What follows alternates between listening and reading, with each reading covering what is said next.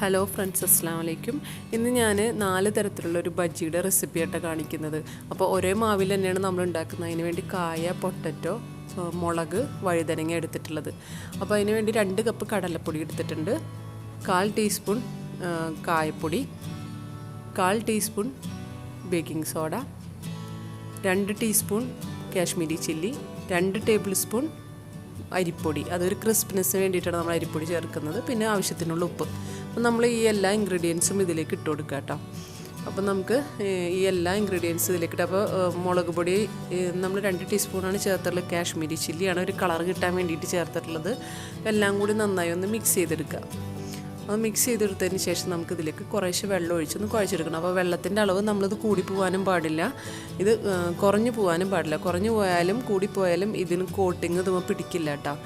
അതുകൊണ്ട് തന്നെ നമ്മൾ വെള്ളം ഒഴിക്കുമ്പോൾ കുറേശ്ശെ വെള്ളം ഒഴിച്ച് ഒന്ന് മിക്സ് ചെയ്തെടുത്താൽ മതി കേട്ടോ. അപ്പോൾ നമുക്കൊരു ഇത്തിരി തിക്നെസ് കൂടുതലുള്ളൂ. കുറച്ചും കൂടി വെള്ളം ഒഴിച്ചിട്ടൊന്ന് ലൂസാക്കി എടുക്കുന്നുണ്ട്. അതിലേക്ക് ഞാൻ കായപ്പൊടിയുടെ ഒരു ഫ്ലേവർ എനിക്ക് കൂടുതൽ ഇഷ്ടമാണ്. അതുകൊണ്ട് ഞാൻ കുറച്ചൊരു 1/4 ടീസ്പൂൺ കായപ്പൊടിയും കുറച്ച് ഉപ്പും കൂടിയും കുറവുണ്ട്. അതുകൊണ്ട് ഉപ്പും കൂടി ചേർത്തിട്ട് നന്നായി ഒന്ന് യോജിപ്പിച്ചെടുക്കുന്നുണ്ട് കേട്ടോ. ഇത് ഇത്തിരി തിക്ക് കൂടുതലാണ്, അപ്പോൾ അതുകൊണ്ട് ഇത്തിരിയും കൂടി ഒന്ന് കുറച്ച് വെള്ളം ഒഴിച്ച് ലൂസാക്കുന്നുണ്ട്. അപ്പോൾ ഈ ഒരു ബാറ്റർ ഇപ്പോൾ റെഡി ആയിട്ടുണ്ട്. ഈ ഒരു തിക്നെസ്സിൽ നമ്മൾ ഇത് റെഡിയാക്കി എടുക്കണം. നമ്മുടെ ബാറ്റർ റെഡി ആയിട്ടുണ്ട്. ഇനി നമ്മളിത് ഫ്രൈ ചെയ്യാനുള്ള സാധനങ്ങൾ എടുക്കാം. ആദ്യം തന്നെ നമുക്ക് ഈ മുളക് ഒന്ന് കണ്ട്, ഞാനിപ്പോൾ മിക്കതും ഞാൻ ആദ്യമൊക്കെ ഒന്നായിട്ട് തന്നെ ഫ്രൈ ചെയ്യാറുണ്ടായിരുന്നത്. ഇതുപോലെ ഒരെണ്ണം എടുത്തിട്ട് അതിൻ്റെ ഉള്ളിലെ കുരു ഒന്ന് പതുക്കെ എന്തെങ്കിലും വെച്ചിട്ട് കത്തി വെച്ചിട്ടോ അല്ലെങ്കിൽ സ്പൂൺ വെച്ചിട്ടോ നമുക്കിതൊന്ന് പതുക്കെ എടുത്ത് കളയും. എന്ന് വെച്ചാൽ ചില മുളകിന് നല്ല എരിവായിരിക്കും, അപ്പോൾ നമുക്കത് കഴിക്കാൻ പറ്റില്ല. അതുകൊണ്ട് തന്നെ ഞാനതെടുത്ത് കളയും.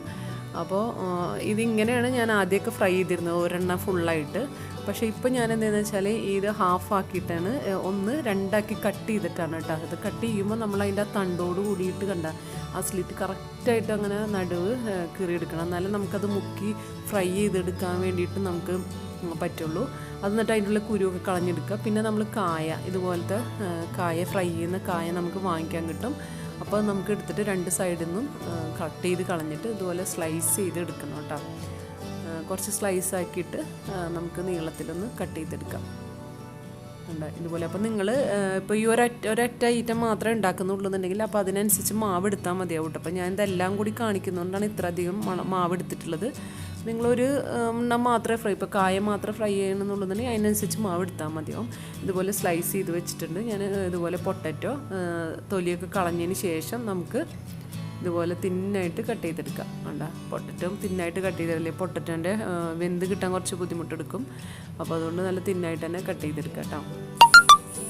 പിന്നെ അതുപോലെ നമുക്ക് വഴുതനങ്ങ, ഇതുപോലെ ഞാൻ വഴുതനങ്ങ മുഴുവനായിട്ട് എടുക്കുന്നില്ല, അതിൻ്റെ പകുതി എടുത്തിട്ട് ഇതുപോലെ റൗണ്ടാക്കിയിട്ട്, വഴുതനങ്ങ കുറച്ച് അധികം വല്ലാണ്ട് തിന്നാവുന്നില്ല, കുറച്ചുകൂടെ എന്ന് വെച്ചാൽ വഴുതനങ്ങ പെട്ടെന്ന് വെന്ത് കിട്ടും. അപ്പോൾ അതുകൊണ്ട് തന്നെ ഈ ഒരു തിക്നെസ്സിൽ ഞാൻ റൗണ്ടായി കട്ട് ചെയ്തെടുക്കുന്നുണ്ട്. അപ്പോൾ നമ്മുടെ ഓയിൽ ചൂടായിട്ടുണ്ട്. നമുക്കതിലേക്ക് ഓരോന്നായിട്ട് മുക്കിയിട്ട് ഫ്രൈ ചെയ്യാം.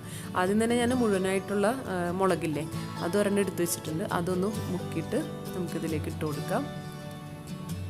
അപ്പോൾ എണ്ണ നന്നായി ചൂടായതിന് ശേഷം കുറച്ചൊന്ന് ചെറുതായി ഒന്ന് കുറയ്ക്കട്ടെ, അല്ലെങ്കിൽ അതിൻ്റെ പുറം ഭാഗം പെട്ടെന്ന് തന്നെ കളറ് മാറും. അപ്പോൾ അതുകൊണ്ട് എണ്ണ നന്നായി ചൂടായതിന് ശേഷം കുറച്ചൊന്ന് കുറച്ചിട്ട് നമുക്ക് ഇട്ട് കൊടുക്കാം.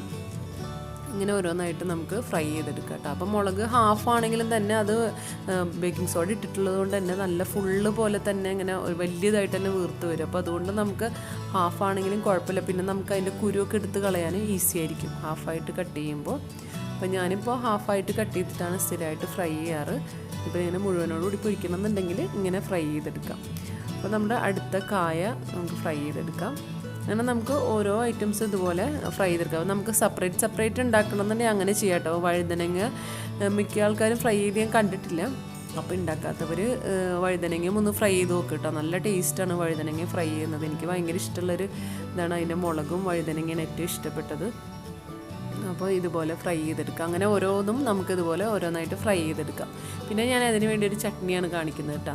അപ്പോൾ ഞാനത് 2 തരത്തിൽ ഉണ്ടാക്കാറുണ്ട്. ഒന്ന് കുറച്ച് തേങ്ങ ചേർത്തിട്ട് ഉണ്ടാക്കാറുണ്ട്. അപ്പോൾ ഇതിലേക്ക് ചെറിയൊരു കഷ്ണം സവോള, ചെറിയൊരു കഷ്ണം പുളി, മുളക് പൊടി, ഉപ്പ്, പുതിന ഇട്ടിട്ട് നമ്മളൊരു ചട്നി ഉണ്ടാക്കുന്നുണ്ട്. ചെറിയൊരു കഷ്ണം പുളിയും വേണം കേട്ടോ, ഒരു പുളിരസം വേണം.